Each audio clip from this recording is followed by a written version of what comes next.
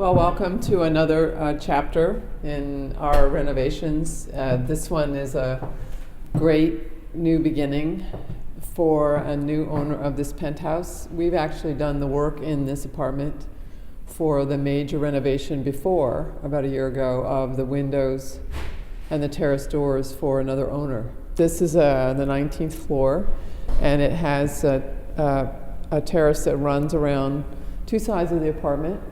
It's quite large as far as these apartments go. It's about 3,500 square feet, but it doesn't have anything above it, and it's one of those rare little gems in New York that I am privileged to and honored to be doing another job for the new owner.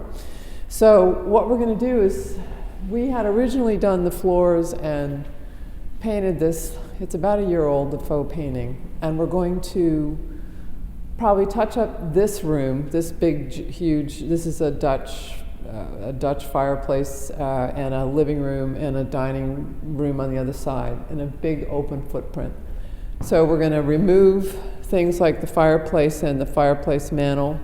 We're going to replace it with a stone hearth, and we're taking all the stone off that wall and putting in new fireplace surrounds and a new fireplace mantel on both sides. We're addressing the closets, probably tearing everything out of the closets and doing new to map, new owner to new home in terms of her existing apartment with she and her husband in Prospect Park, Brooklyn.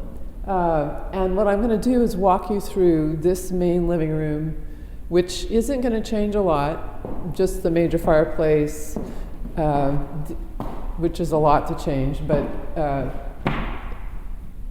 doing something with a column that's sticking out like a sore thumb, but we're probably going to just faux paint it and have it disappear. In the dining room, we have to add electric, so we're going to add some electrical outlets. We're going to change this fireplace and hearth so they match both sides. We're taking off some of the wall treatments, hanging, new lights. That's all pretty minor cosmetically.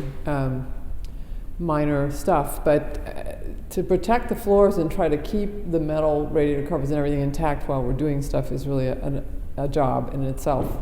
It takes weeks to repair. But let's go in the kitchen and talk about what's happening here, because it's a big change. In this section or wing, which is really this great, lovely kitchen, big kitchen, we're taking out the countertop and the backsplash and all the base cabinets and replacing it with about the same footprint.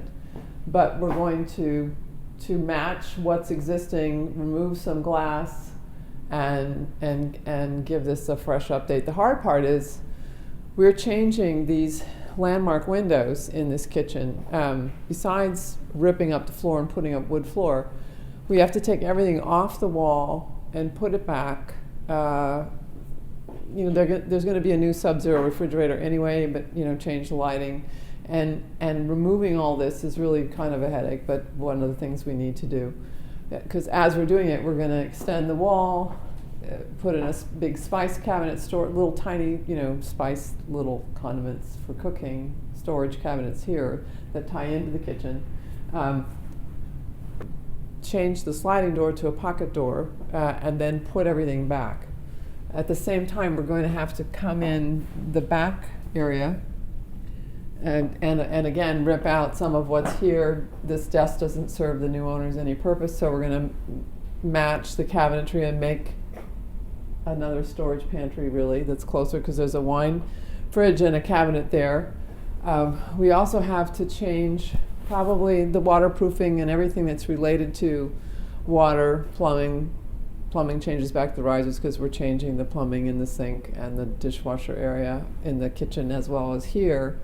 We're also probably going to have to deal with a whole new HVAC system on this side of the home. It's large enough that there's another one on the other for the zones. This one I think has to go, so we'll get at it above this washer dryer and see what we have to do.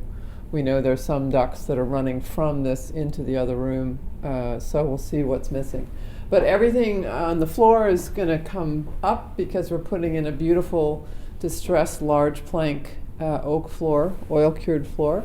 It's going to flow through this area and the office back here. Again, 2 more windows coming out that are going to be replaced, which means we have to take this out as well. My website has some examples of what happens when we replace landmark windows, and it has to come about 4 inches on each side of the opening. So all the stuff comes out and gets put back. We're going to move, there's a sink here that for whatever reason, in the old days, I guess they called this the maid's room, but that sink has to be moved into this bathroom, so we're going to probably put it on the little wall just inside the door so we still have a sink. And then we'll take the toilet out. And the hard part about this room is that it's so tiny. But we'll have to rip up the floor, change the toilet, and it's this window in here that's so tight. We'll try to save the tile, replace the tile, and then what we'll put back is a new window sill, new window surround, and all that stuff. It's one of those things where I honestly think renovations are just so hard. So let's go back to the master wing now and talk about the bedrooms and then the other bedrooms in the back. So once, and at the same time, it's just, we've reviewed the one side of the apartment, and now we're entering kind of the back wing of bedrooms. The master bedroom is separated from the back wing, and we'll go through that last because it has the least amount of changes. Here, of course, everything's painted, but we're gutting 2 bathrooms. We're changing the entrances of a bathroom in the guest room so that it's ADA compliant. That's for American Disabilities Act, and really it boils down to how wide the openings are for wheelchairs. We're updating closets, but there's some beautiful, this is a cedar closet, so there's not lots that I need to do for this one, but there's lots more to do for the rest of them. But let's go into one guest bedroom. And surprisingly, although there's a big footprint here, there's not enough closets. So in this room, the closet got occupied by the central air conditioning system, which accommodates probably 2/3 of the home, and it's in here. So what we're going to have to do is integrate a closet on this wall. We think makes most sense. We'll probably have to move some of the cable outlets so that it makes sense to have a bed on that far wall. And this is the door opening we're going to open up, and we'll end up, because these are new windows, so we don't have to worry about windows, but we're going to completely gut this bathroom, and this bathroom is going to change from a tub to shower. The door opening gets wider, and it'll be the same trim, but wood door jamb and casings to match what's existing.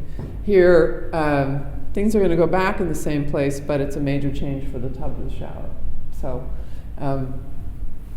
we also have to integrate and replace existing sill, and since this bath is going to be tiled and try to stay kind of a modern Prewar feeling, it'll be lovely when it's done, but it's a lot of work. So there's a guest bedroom, and there's another bedroom in this wing, and then another bathroom. And this is the bathroom with the tub. It's very long and narrow. There were floors refinished previously, so we're going to have to cut doors and put them back. But in this bathroom, it's odd because when you look in here, you see the tub is in the center of the bathroom, and we're moving it forward to the corner of the wall. It's very narrow, so we've had trouble finding the right components, but this is going to be completely gut renovated too, and should be great as well. I think you're going to be able to see from the before and after pictures it's going to be quite a change. And we'll drop the ceilings and get rid of some of these little structural beams that aren't really adding a lot, and add recessed lighting and update it a little bit. It's an original 1930s bathroom. And then once we're done, ultimately then this room has other closet issues as well. Here we're going to add another closet for storage, and then probably built-in units on this wall for television, move the cable locations around, strip new wallpaper, new window treatments, and I think what we're going to find is we're going to have a great apartment in the end and a lot to talk about. But we'll go back now and look at the master suite. So next we're going to talk about the master suite, which is a really nice size for an apartment in the city. It kind of has a suite section that's separate from the bedroom, which is lovely.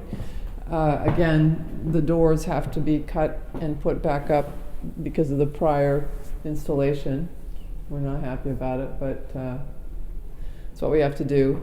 And the master bath isn't changing, although we're changing a window in the bath there.